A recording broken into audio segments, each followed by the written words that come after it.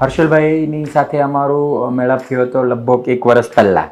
જ્યારે હર્ષલભાઈ first time અમારી પાસે અમારા ક્લિનિક પર આવ્યા ત્યારે એમની જે કન્ડિશન હતી અને આજે જે એમની કન્ડિશન જોઉં છું ને એક જમીન આસમાનનો ફરક છે અને રિયલી બહુ ચેન્જ છે. જ્યારે તમે એનો પાછળનો લુક જોશો, જ્યારે બિફોર ટ્રાન્સપ્લાન્ટની કન્ડિશન્સ અને એ જે કન્ડિશન હતી અને એમાંથી અત્યારે જે ચેન્જીસ થયું છે એક દુનિયાભરનું ચેન્જીસ છે. એમ હું તમને એવું કહી શકું કે આ અનએક્સપેક્ટેડ ચેન્જીસ છે.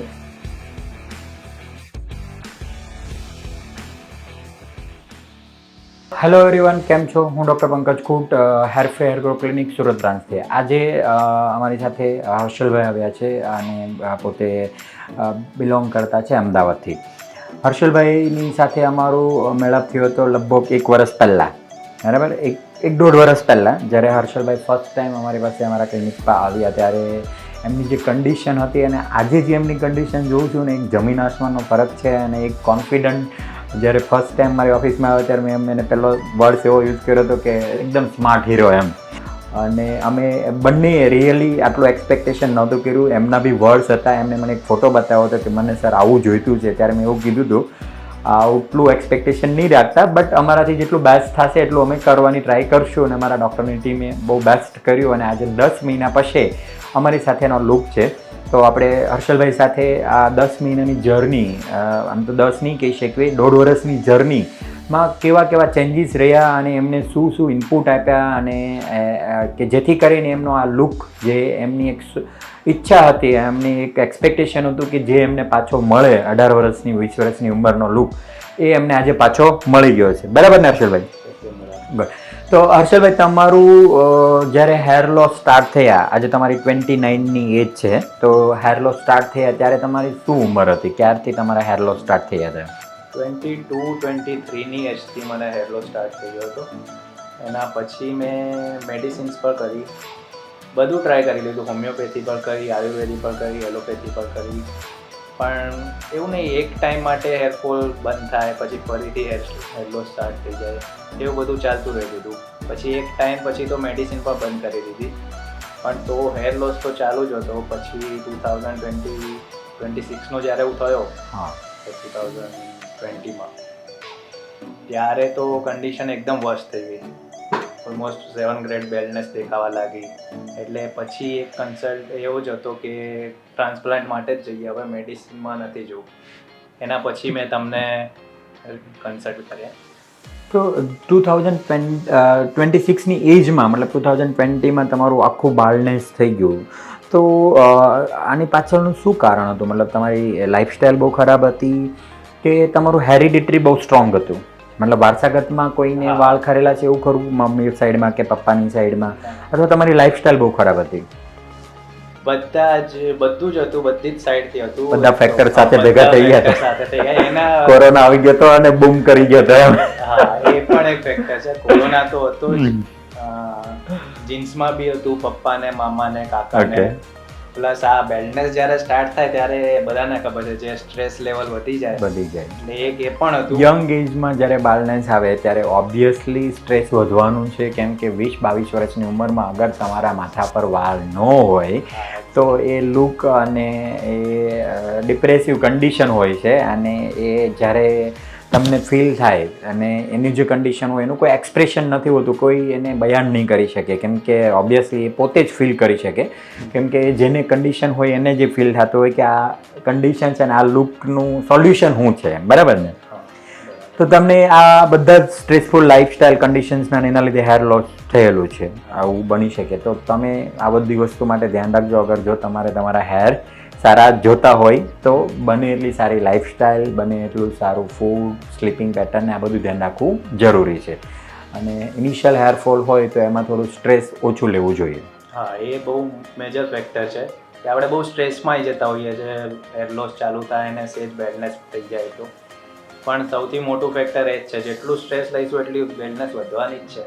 બરાબર છે, બિલકુલ 100%. કેમ કે તમારા સ્ટ્રેસ ઇન્ડ્યુસ હોર્મોન તમારા સ્ટ્રેસને વધારે ઇન્ક્રીઝ કરશે અને તમારા હેરફોલના સાયક્લિકલ પ્રોસેસને વધારશે અને તમારા જરૂરિયાતથી વધારે હેર લોસ કરશે. તો આ કન્ડિશન્સને તમારે નોર્મલ હેરફોલને વધારવા નહીં દેવા હતો તેની સ્ટ્રેસ અવોઇડ કરવું, નિયર અબાઉટ ડૉક્ટરને કોન્ટેક્ટ કરવું અને એની પાસેથી મેડિકેશન્સનું ગાઈડન્સ લઈને પ્રોપર મેડિકેશન સ્ટાર્ટ કરવી તો તમારા બાલ્ડનેસને તમે એક્સટેન્ડ કરી શકો. જે 24 વર્ષની ઉંમરમાં હર્ષલભાઈ સાથે થયું એને તમે અવોઇડ કરી શકો.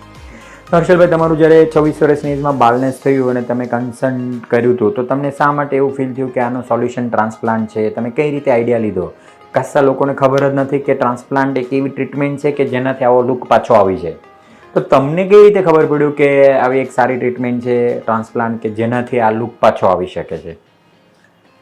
એકચ્યુઅલી જેને બેલ્ડનેસ હશે એને તો ઓબ્વિયસલી ખબર જ હશે શું શું ટ્રીટમેન્ટ છે ને એ લોકો કરતા બી હશે. પણ ટ્રાન્સપ્લાન્ટ મને તો અમુક ગૂગલ સર્ચ કર્યું, અમુક સેલિબ્રિટીઝને જોયા કે જે પહેલાં બેલ્ડ હતા ને પછી એકદમ વાળાઈ ગયા, તો બધું રિસર્ચ કર્યું ને પછી એક હતું કે હવે આનું એન્ડ સોલ્યુશન તો ટ્રાન્સપ્લાન્ટ જ છે. બધું ગૂગલ ને આ તે બધું કરીને પણ એવું. અને એક બીજી વસ્તુ કે મેં અહીંયા કન્સર્ન કર્યા પહેલાં મેં બીજા 2-3 ક્લિનિકમાં પણ કન્સર્ન કર્યું હતું. હું મેજરલી અમદાવાદથી આવું છું. અમદાવાદ પણ એક મોટી સિટી છે. ત્યાં પણ મેં ઓબ્વિયસલી કન્સલ્ટ કર્યું હતું 2-3 ડૉક્ટરને, પણ એમણે મારી કન્ડિશન જોઈને એવું જ કીધું હતું કે આમાં ટ્રાન્સપ્લાન્ટ પોસિબલ નથી. બિલકુલ, કેમ કે તમારી જે કન્ડિશન હતી ને હર્ષલભાઈ, જ્યારે તમે ફર્સ્ટ ટાઈમ અમારી પાસે આવ્યા એ કન્ડિશનમાં બિલકુલ ટ્રાન્સપ્લાન્ટ પોસિબલ હતું જ નહીં રિયલમાં, અને કોઈ પણ ડૉક્ટર નહીં કરી શકે. કેમ કે એક ડૉક્ટરને આઈડિયા છે કે ક્યારે ટ્રાન્સપ્લાન્ટ કરવું જોઈએ અને ક્યારે નહીં કરવું જોઈએ, બરાબર? કેમ કે એણે એના પાછળ બહુ બધા વર્ષ આપ્યા છે, બહુ બધો એક્સપિરિયન્સ આપ્યો છે.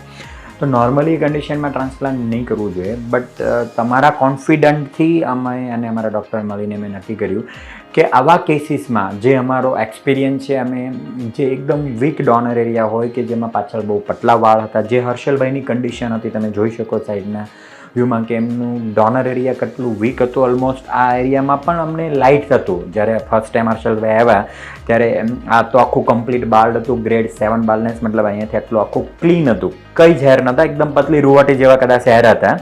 ડોનર એરિયા છે એમાં પણ ખાસા પતલા વાળ, એકદમ આછું દેખાય, મતલબ ડોનર એરિયા બી જોઈએ તો એમાં આપણને પાકું દેખાય એ ટાઈપનું દેખાતું હતું. તો એવી કન્ડિશનમાં નોર્મલી ટ્રાન્સપ્લાન્ટ નહીં જ કરવું જોઈએ. પણ તમને કોન્ફિડન્ટ હતો અને અમે જે અમારા એક એક્સપિરિયન્સથી તમને જે એડવાઇસ કરેલું કે આપણે 3 મહિના પહેલાં તમારા ડોનર એરિયાને ઇમ્પ્રૂવ કરીએ, તમારી લાઇફસ્ટાઈલને ઇમ્પ્રૂવ કરીએ કે જેનાથી તમારા એક્ઝિસ્ટિંગ વાળની કન્ડિશન સારી થાય અને પછી આપણે એને પ્લાન કરવું જોઈએ. તો તમે પણ આમાં ઘણો સારો સપોર્ટ આપ્યો કે ઠીક છે, આપણે આ પહેલાં ટ્રાય કરીએ અને જો આનાથી ઇમ્પ્રૂવ થાય તો કરીએ. કેમ કે તમારી પાસે બી કોઈ બીજો રસ્તો જ નહીં હતો આના સિવાય, કેમ કે ઓલરેડી તમે દવા, મેડિસિન્સ આ બધું કરી ચૂક્યા છો. એટલે આનાથી કંઈ બીજો ફાયદો મળવાનો હોત તો એનાથી મળી ગયો હોત. હવે નથી મળ્યો એટલે જ આપણે એનો કોઈ બીજો રસ્તો ગોતવો પડે છે. તો આવી કન્ડિશન્સમાં ટ્રાન્સપ્લાન્ટ એક બેસ્ટ સોલ્યુશન હોય છે. વીક ડોનર એરિયામાં બી ટ્રાન્સપ્લાન્ટ થાય, પણ થોડું ઓછું એક્સપેક્ટેશન રાખવાનું, આછા ઓછી રાખવાની. આખો વાળ ટાલ દેખાતી હોય એમાં થોડા વાળ આવી જશે તો એક લુક તો સારો થઈ જ જવાનો છે. તો એવા આશાથી, એવી એક્સપેક્ટેશનથી આપણે ટ્રાન્સપ્લાન્ટ કરી શકતા હોય એવા કેસીસમાં પહેલાં અમારા ડૉક્ટર્સને અમારી ટીમ્સ રિસર્ચ કરી અને એમાં બેસ્ટ સોલ્યુશન જે હોય તે ડોનર એરિયા ઇમ્પ્રુવમેન્ટ માટેની ટ્રીટમેન્ટ સ્ટાર્ટ કરતા હોય, જે 3 મહિના સુધી ચાલતી હોય છે. અને જે અમે હર્ષલભાઈમાં કર્યું હતું ને એમાં અમને ઘણો સારો બેનિફિટ મળ્યો હતો, બરાબર હર્ષલભાઈ? એટલે આપણે એપ્રોક્સ મને ખ્યાલ છે ત્યાં સુધી આજથી 1-1.5 વર્ષ પહેલાં તમારું ડોનર એરિયા ઇમ્પ્રુવમેન્ટ માટેની ટ્રીટમેન્ટ સ્ટાર્ટ કરી હતી, જેમાં અવેલેબલ ઓપ્શન જેટલા હતા જૂનમાં, લાસ્ટ જૂનમાં, અને જે અવેલેબલ ઓપ્શન્સ હતા તે બધા આપણે સ્ટાર્ટ કર્યા. અને 3 મંથ પછી શું કન્ડિશન્સ હતી?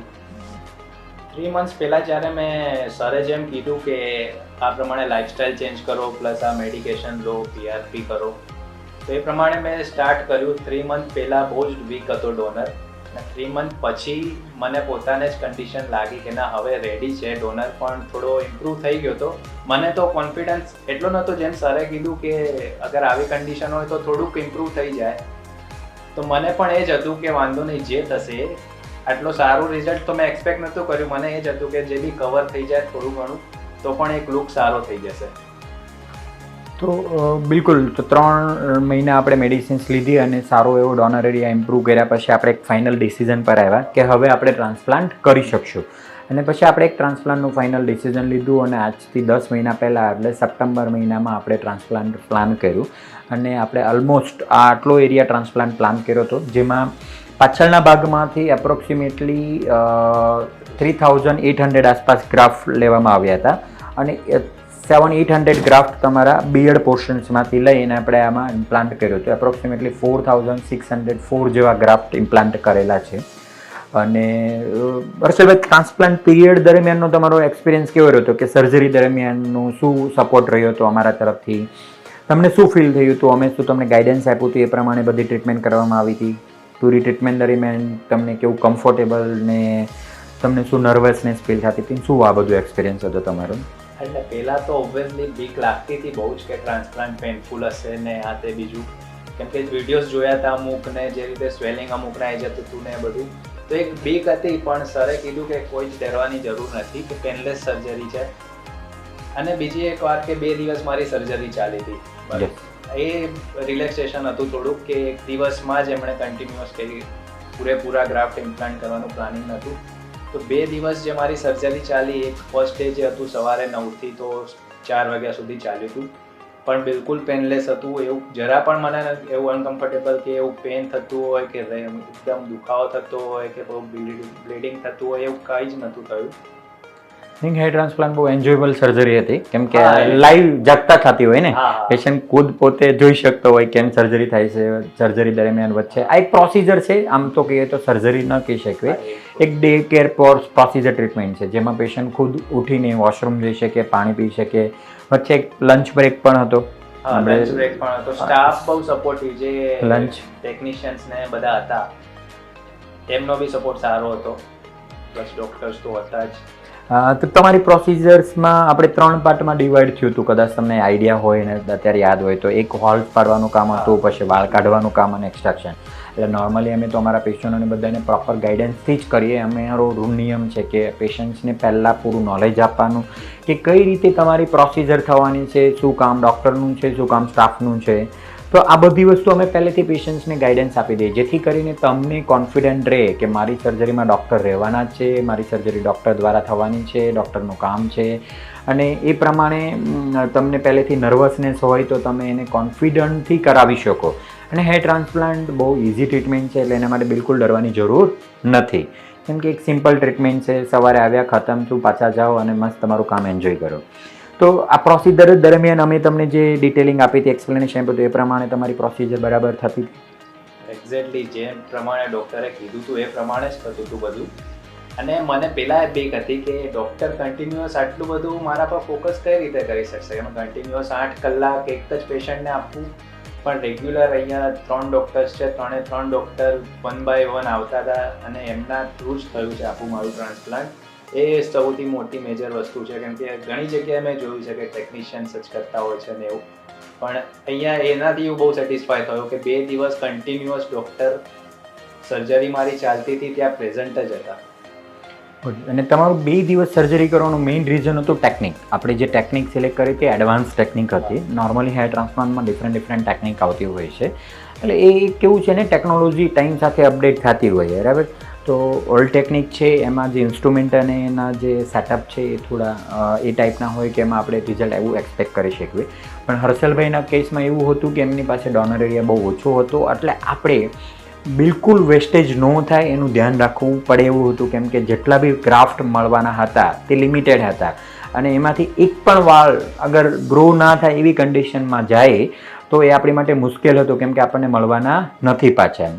તો આપણે એક એડવાન્સ ટેકનિકનું સિલેક્શન કરવામાં આવ્યું હતું, જેથી કરીને જે પણ આપણે સર્જરી અથવા પ્રોસિજર કરવામાં આવે જેનો મેક્સિમમ બેનિફિટ મળે અને ઝીરો ડેમેજ કહી શકીએ એવી કન્ડિશન્સમાં આપણે ટ્રાન્સપ્લાન્ટનો પ્લાન હતો. એટલે 2 દિવસમાં એમની સર્જરી પ્લાન હતી એડવાન્સ ટેકનિકના પ્રોટોકોલ્સના લીધે અમારા જે છે તે.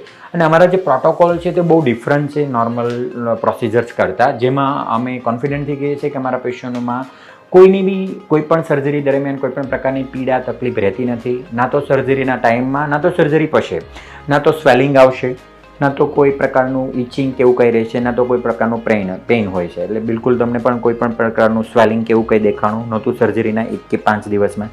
ના, જરા પણ. સ્વેલિંગ મેન મને એ જ બીક હતી કે સ્વેલિંગ થઈ જશે, કેમ કે જોયા છે અમુક કેસ કે આ આખું સ્વેલ થઈ જાય, આખું સ્વેલિંગ થઈ જાય, રેશ થઈ જાય, પછી મેન કે ડાર્ક પેલા પડી જાય એ બધું. પણ એવું મારા કેસમાં તો મને તો કોઈ જ એવું વસ્તુ કંઈ જ ફીલ નથી થઈ. એ બિકોઝ ઓફ એડવાન્સ ટેકનિકને લીધે. હર્ષલભાઈ, તમે કદાચ યાદ હોય તો તમે જ્યારે ફર્સ્ટ ટાઈમ આવ્યા ત્યારે અમે તમને આ બધું ગાઈડન્સ આપ્યું હતું કે આવી ડિફરન્ટ ટેકનિક હોય અને જેનાથી ટેકનિકલ્સ ના બેનિફિટ હોય છે, એટલે કેટલા બેનિફિટ કેવી રીતના હોય એ પ્રમાણે અમે તમને સિલેક્શન આપતા હોય. એટલે તમારી સર્જરી તમારા ગ્રાફ્ટના બેઝ પર, ક્વોલિટીના બેઝ પર અને ટેકનિકના બેઝ પર એનું આઉટપુટ આવતું હોય છે. આજે જો હર્ષલભાઈનો આઉટપુટ છે એક ટેકનિકનો પણ મેઇન ઇમ્પોર્ટન્ટ ભાગ છે કે જે એમની ટેકનિક સિલેક્શન હતું, એક એડવાન્સ લેવલની ટેકનિકનું સિલેક્શન હતું કે જેનાથી મેક્સિમમ ગ્રાફ સારી રીતે ગ્રો થાય અને એક સારું રિઝલ્ટ મળે.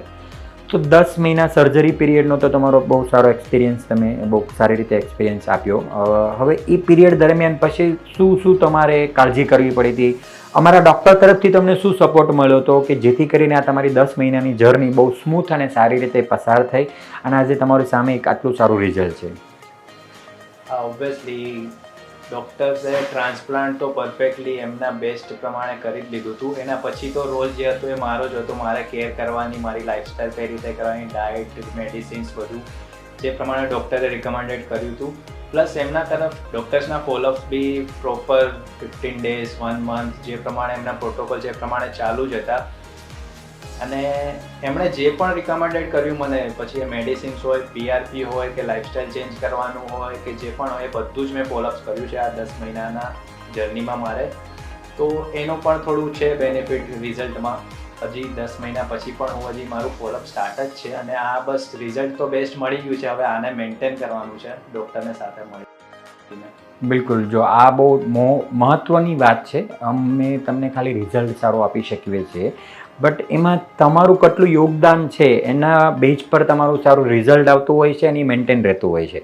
એટલે હર્ષલભાઈએ પીરિયડ મને યાદ છે ત્યાં સુધી ટાઈમ ટુ ટાઈમ ફોલોઅપ કરેલું છે. અમારા ડૉક્ટરના ફોલોઅપમાં પણ એમણે ટાઈમ ટુ ટાઈમ સારો રિસ્પોન્ડ આપેલો છે અને અમારા ડૉક્ટર જે બી એમને એડવાઇસ કરતા હતા ટાઈમ ટુ ટાઈમ ફોલોઅપ, અમારી ઓનલાઈન ફોલોઅપ સિસ્ટમ છે એમાં અમારા ડૉક્ટર્સ એમને ટાઈમ ટુ ટાઈમ ફોલોઅપ લે, એમની કન્ડિશન્સની હાલચાલ લે અને કન્ડિશનની હાલચાલ પ્રમાણે એમને એક સલાહ સૂચન આપવામાં આવે તો એનું પણ સારી રીતે પાલન કરેલું છે અને એના બેઝથી જ આટલું સારું રિઝલ્ટ છે.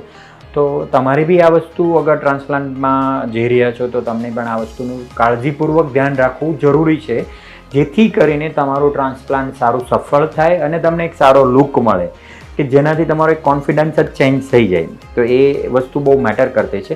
તો આજે આ 10 મહિનાની કન્ડિશન છે, આપણે એમને થોડુંક એલોબરેટ કરીને જોઈએ તો થિકનેસ, ક્વોલિટી, ક્વોન્ટિટી બધું જ બહુ સારી રીતે ઇમ્પ્રૂવ થયું છે. જે હર્ષલભાઈની કન્ડિશન્સમાં રિયલી અમે એટલું એક્સપેક્ટેશન રાખ્યું જ નહોતું કે આટલું સારું રિઝલ્ટ આવશે. બી ફ્રેન્ક, કેમ કે જેવું ડોનર એરિયા હોય એવું જ આવે, બરાબર. આપણે એક દેશી કહેવત છે ને કે જેવું કૂવામાં હોય એવું અવેડામાં આવે, બરાબર. આ સિમ્પલ એક સેમ વાત છે કે જેવું તમારી પાસે ડોનર એરિયામાં હોય ને એ જ પ્રમાણે તમારી પાસે આવવાનું છે.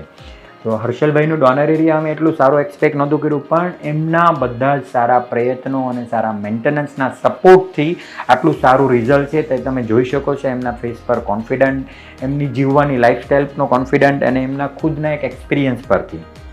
તો હેર ટ્રાન્સપ્લાન્ટ એક બહુ સારી ટ્રીટમેન્ટ છે અને આજકાલના ટાઈમમાં આ એક નેસેસરી અને કમ્પલસરી ટ્રીટમેન્ટ છે. અગર તમે યંગ છો અને તમને બાલનેસ છે, એ ગ્રેડ 1 બાલનેસ હોય કે ગ્રેડ 7 બાલનેસ હોય એ મેટર નથી કરતું, પણ તમારી સારી લાઈફશૈલી માટે, એક સારી લાઈફ જીવનશૈલી માટે હેર બહુ ઇમ્પોર્ટન્ટ રોલ છે. તમારો લુક છે એ એના માટે બહુ મેટર કરતો છે કે જેનાથી તમે તમારી એક સારી લાઈફસ્ટાઈલ જીવી શકો કોન્ફિડન્સ સાથે, બાય વર્કથી, બાય પ્રોફેશનલથી, બાય સોશિયલથી. ઘણા બધા જ આવા કારણો હોય છે કે જેમાં આ બધી વસ્તુ બહુ જરૂરી બનતી હોય છે, બરાબર હર્ષલભાઈ? તો આ એમનું કન્ડિશન છે, આ તમે થિકનેસ સાથે.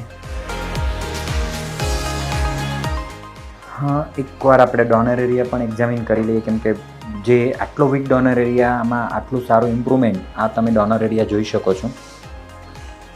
આટલા ડોનર વીક હતો કે જેમાંથી લિટરલી અમને એમ થતું હતું કે અમે કમિટ તો કરી દીધું છે, ટ્રાન્સપ્લાન્ટ કરશું હર્ષલભાઈ અને સારું રિઝલ્ટ આપશું, પણ એક ડર તો હતો જ અમને બી કે આવશે તો ખરું ને એમ કે જે વીક હતું એના પ્રમાણે ઓબ્વિયસલી એક ડૉક્ટર્સને બી એકવાર થોડું એવું તો થાય જ કે કમિટ કરી દીધું અને કંઈક ઓછું આવશે તો શું થશે એમ.